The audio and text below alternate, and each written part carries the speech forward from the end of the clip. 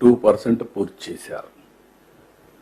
మళ్ళీ పట్టిసీమ అని మాట్లాడితే పట్టిసీమ అనవసరం, ఎక్కడ నీళ్లు తీసిపోతారని మాట్లాడారు, రాజకీయం చేశారు. పట్టిసీమను కట్టనీయకుండా చేయడానికి విశ్వ ప్రయత్నాలు చేశారు. ఆ రోజు నేను పట్టిసీమను కానీ చేయకుండా ఉండుంటే ఈరోజు రాయలసీమకు అన్ని నీళ్లు ఇచ్చేవాళ్ళం కాదు. రాయలసీమకు అన్ని నీళ్లు ఇవ్వకపోయి ఉంటే రాయలసీమ ఈరోజు ఇంత అభివృద్ధి అయ్యేది కాదు. ఈ సంవత్సరం మీరు ఒక్కసారి చూస్తే నాకు ఒక్కోసారి అనిపిస్తుంది, మీరందరూ కూడా చూశారు, నేను ఎంత అటాచ్ చేయాలంటే ఈ ప్రాజెక్టుతో.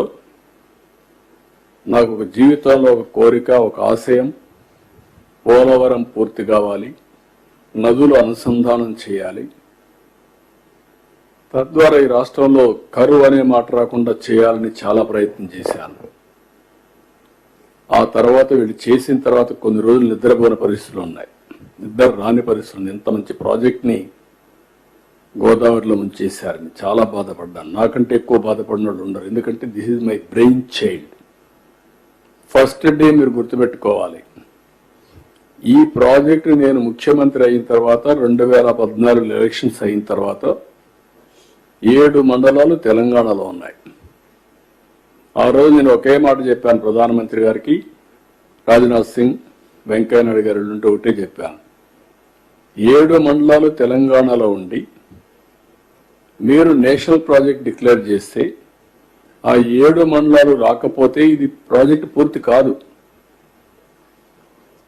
దానివల్ల నేను ముఖ్యమంత్రి అయినా మీరు ఏమంటారు, మళ్ళీ తెలంగాణ ఒప్పుకుంటే తప్ప ఇది జరగదని చెప్పి అడ్డం పెట్టే పరిస్థితి వస్తుంది. కాబట్టి నేను ప్రమాణ స్వీకారం చేయను, మీరు 7 మండలాలు ఇస్తే తప్ప నేను చేయనంటే ఫస్ట్ టైం చరిత్రలో 7 మండలాలు ఇస్తూ ఒక ఆర్డినెన్స్ ఇష్యూ చేసి ప్రెసిడెంట్ ఆఫ్ ఇండియా క్లియరెన్స్ ఇచ్చిన తర్వాత, పాస్ చేసిన తర్వాత పార్లమెంట్ సమన్ చేశారు.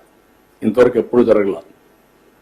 ఎవరైనా ప్రధానమంత్రి ప్రమాణ స్వీకారం చేస్తానే, మంత్రుల ప్రమాణ స్వీకారం చేస్తానే పార్లమెంట్ పెట్టి ప్రమాణ స్వీకారం చేసి తర్వాత రెగ్యులర్ బిజినెస్ స్టార్ట్ చేస్తారు.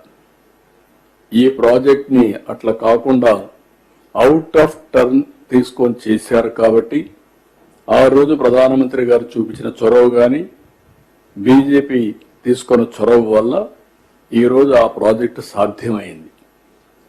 లేకపోతే ఇంపాసిబుల్. ఈ ప్రాజెక్ట్ మళ్ళీ దీనికి సమస్యలు క్రియేట్ చేశారు. అదే మరిగా నేను రాష్ట్రంలో మీరు చూస్తే 65,000 కోట్ల రూపాయలు 5 ఏళ్లలో ఖర్చు పెట్టాం. 14-19 వీళ్ళొచ్చి 12,000 కోట్లు ఖర్చు పెట్టారు. రాయలసీమలో 12,000 కోట్లు ఖర్చు పెడితే వీళ్ళు 2,000 కోట్లు ఖర్చు పెట్టారు. నేను ఈ ప్రాజెక్టుల మీద అన్యాయం జరుగుతా ఉంది అని నేను జిల్లాలో పర్యటన చేశాను. పర్యటన చేసి ఈ మొత్తం రాష్ట్రంలో ఈ ప్రాజెక్ట్స్ అన్ని నిర్వీర్యం అయిపోయినాయి, మీరు అన్యాయం చేశారు, పోలవరం ఇట్లా చేశారు, ఈ ప్రాజెక్టులన్నీ అన్యాయం జరిగిందని పోతే నన్ను అరెస్ట్ చేశారు. నా జీవితంలో ఒకటే గుర్తుపెట్టుకున్నా, ఎట్టి పరిస్థితిలో ఈ ప్రాజెక్ట్స్ అన్ని పూర్తి చేసి ఈ రాష్ట్రానికి ఎలాంటి ఇబ్బంది లేకుండా చేయాలనే సంకల్పంతో నేను ఫైట్ చేశా. అందుకే ఈరోజు మీరు తీసుకొచ్చిన ప్రాజెక్ట్ కూడా జలహారతి అనే పేరు కూడా పెట్టి, ఎందుకంటే నాకంటే ఎక్కువ గౌరవం పొందిన వాళ్ళు ఎవరూ లేరు. స్వాతంత్రం వచ్చిన తర్వాత కంబైన్డ్ ఆంధ్రప్రదేశ్లో కానీ విడిపోయిన తర్వాత కానీ, ఆ తర్వాత నా సంకల్పం ఒకటే తీసుకున్నాం, ఎట్టి పరిస్థితిలో అన్ని ప్రాంతాలకు నీళ్లు ఇచ్చి తద్వారా శాశ్వతంగా కరువు నివారించాలి. ఈ రాష్ట్రాన్ని నెక్స్ట్ లెవెల్లో ఆటో పైలట్లో పెట్టాలని ఒక నిర్ణయం చేసుకున్నా, ఒక సంకల్పం తీసుకున్నా, దాని ప్రకారం పనిచేస్తున్నా. ఆంధ్రప్రదేశ్ రాష్ట్రంలో నన్ను ఎగతాళి కూడా చేశారు. ఇంకుడు గుంతలు దవ్వితే ఇంకుడు గుంతలు దవ్వుతున్నాడు, కంట్రోల్ ట్రెంచెస్ అంటే దానికి ఎగతాళి చేయడం, చెక్ డ్యాములు అంటే ఆ చెక్ డ్యాములు ఎందుకొని ఎగతాళి చేసిన సందర్భాలు ఉన్నాయి, అటు తెలంగాణలో కానీ ఇటు కానీ. నా సంకల్పం మొట్టమొదటి నుంచి కూడా ఈవెన్ అట్ 1 స్టేజ్ బావుల ద్వారా రీఛార్జ్ కూడా చేశాం. పక్కన పోయే నీళ్లని తీసుకొచ్చి ఖాళీగా ఉండే బావుల్లో పైపులు వేస్తే ఆ నీళ్లన్నీ వచ్చి బావి అంతా నిండితే అక్కడి నుంచి పర్కులేషన్ కింద రీఛార్జ్ కింద వెళ్తాయని చెప్పి అవి కూడా చేశాం.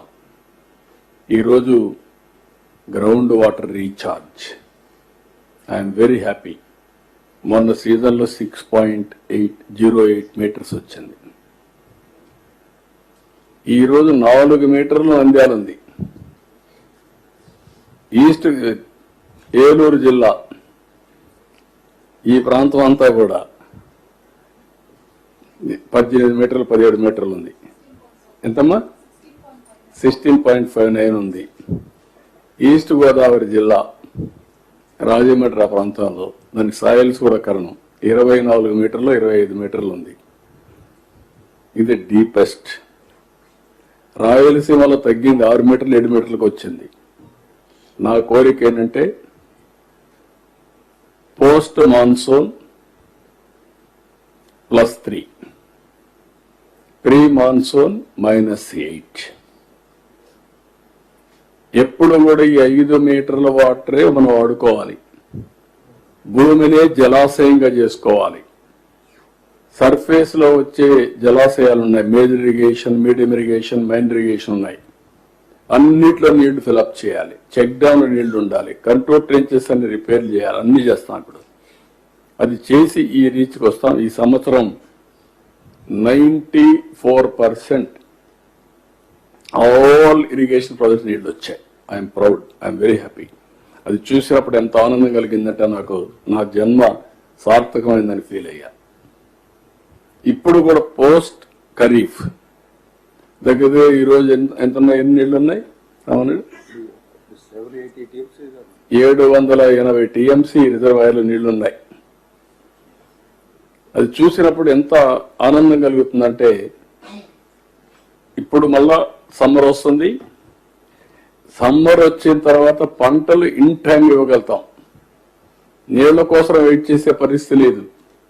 వర్షాల కోసం వెయిట్ చేసే పరిస్థితి లేదు. ఒకప్పుడు వర్షాలు పడితే తప్ప పంట లేని పరిస్థితి. ఇప్పుడు నారుమళ్ళు కూడా ఒకప్పుడు నీళ్లు వస్తే నారుమళ్ళు వేసాం. ఇప్పుడు నీళ్లు వస్తే నారుమళ్ళు కాదు. నువ్వు సీజన్ ప్రకారం వేయండి. మళ్ళా తుఫాన్ రాక మునిపే పంట తీసుకునే పరిస్థితి రావాలి.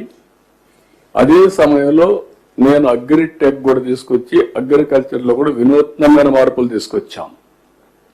ఈ రాష్ట్రంలో రైతు అనే వ్యక్తి ఆత్మహత్య చేసుకోవడం కరెక్ట్ కాదు. అదే సమయంలో పక్కనే మనోహర్ గారు ఉన్నారు. ఈసారి ప్యాడీ ప్రొక్యూర్మెంట్ 95% కంప్లీట్ అయిందా? 40 lakh మెట్రిక్ టన్ చేశారు.